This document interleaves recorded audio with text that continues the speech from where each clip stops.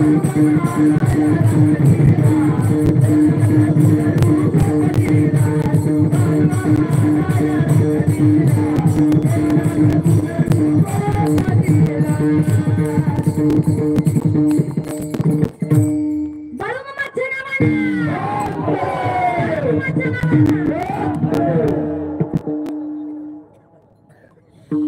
पहा, शिवाजी दादा जानकर यांच्याकडून आमच्या मृदंगाचार्यांकरता 100 रुपये बक्षीस आले. जोरदार टाळ्या.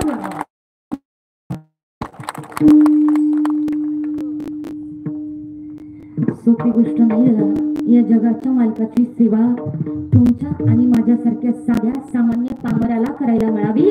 काहीतरी माझ्या मामाची आणि आपली काहीतरी नाळ जोडलेली असावी, म्हणून माझ्या मामाची तुम्हाला आणि मला सेवा करायला मिळते. एकदा सगळ्यांनी हाताने टाळी वाजवा आणि मुखाने भगवंताचं नामस्मरण करा.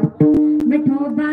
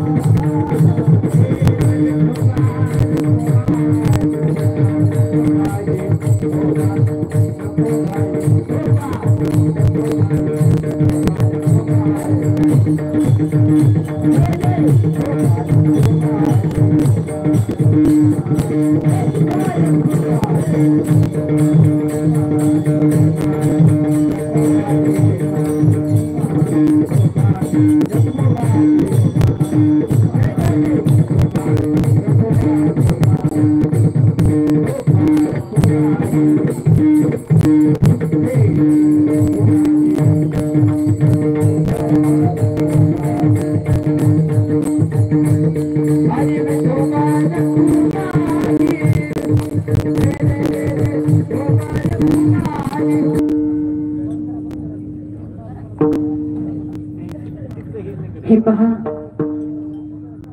आता जे फक्त 10 मिनिट कीर्तन होणार आहे, या 10 मिनिटांमध्ये खूप अनमोलाचे आहेत हे 10 मिनिटं.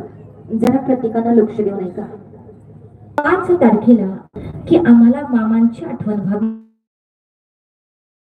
कारण मी स्वतः बाळूमामांना नाही पाहिलं, परंतु ज्यावेळी मी गुरुमाऊली कृष्णात महाराज धोनी यांना पाहते त्यावेळी साक्षात बाळूमामांना पाहिल्यासारखं ज्यावेळी आम्हाला वाटतं, आणि खऱ्या अर्थानं येत्या 5 तारखेला आदमापुरामध्ये त्यांच्या मुखातून मामांच्या ज्यावेळी मामा त्यांच्यामध्ये संचार करतात आणि स्वतः मामा त्या ठिकाणी भाकणूक करतात, आणि ही भाकणूक जर आता तुम्हाला ऐकायची असेल तर ती येत्या 5 तारखेला तुम्हाला आदमापूर या तीर्थक्षेत्रामध्ये जावं लागेल, आणि ती भाकणूक तुम्हाला त्या दिवशी ऐकायला मिळेल. कारण पूर्ण एका वर्षामध्ये ज्या काही घडामोडी होणार आहेत ती त्यांच्या मुखामधून आम्हाला त्या दिवशी ऐकायला मिळेल. कारण नवे आम्हाला या येणाऱ्या दिवसाचं सुद्धा आम्हाला काही कळत नाही. या समोरच्या दिवशी किंवा पुढच्या क्षणाला काय होणार हे सुद्धा आम्हाला कळत नाही. परंतु बघा, महाराज 5 तारखेला सांगणार आणि संपूर्ण वर्षामध्ये तेच घडणार.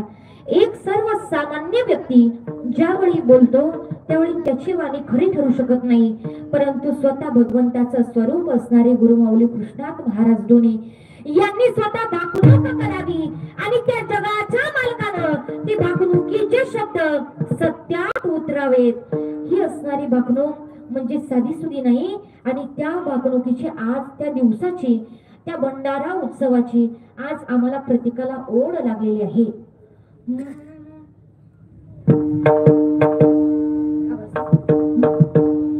आदमापुरात तुझी वैवाट तुझा भंडारा